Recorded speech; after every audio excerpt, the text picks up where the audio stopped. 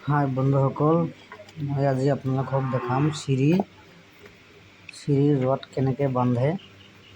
এইটো দেখাই আছোঁ, চাই লওক। এইটো প্ৰথম লেয়াৰ, আমি 3 লেয়াৰ চিৰি হয়। এইটো প্ৰথম লেয়াৰটো ৰডটো কিন্তু আপোনালোকে এনেকৈ বান্ধিব লাগিব। চাই লওক ভালকৈ, এইটো জালি ৰড বন্ধা হয়। এইটো চাই লওক, ওপৰত চাই লওক, দেখাই দিছোঁ ভালকৈ।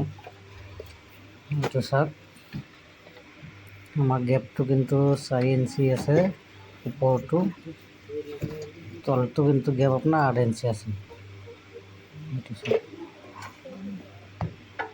দুটা লেয়াৰ একেলগে কৰা হৈছে। এইটো 3 লেয়াৰ চিৰি হয়। এইটো চাওক, এইফালে কিন্তু আৰু এটা উঠি যাব, আৰু ভীমটো আপোনাৰ এনেকৈ দিব লাগিব 3 লেয়াৰ চিৰি হ'লে।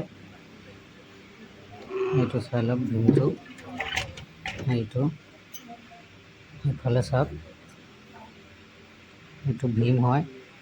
মানে আমাৰ চিৰিটো যেনেকৈ গৈছে ভীমটো তেনেকৈ দিব লাগিব। এইটো হ'ল আপোনাৰ কলমটো।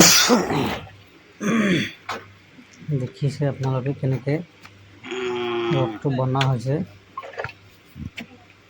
এইফালে চাগে এইবোৰ কলম আমি টাইমিংটো কৰি আছিলোঁ। এইফালে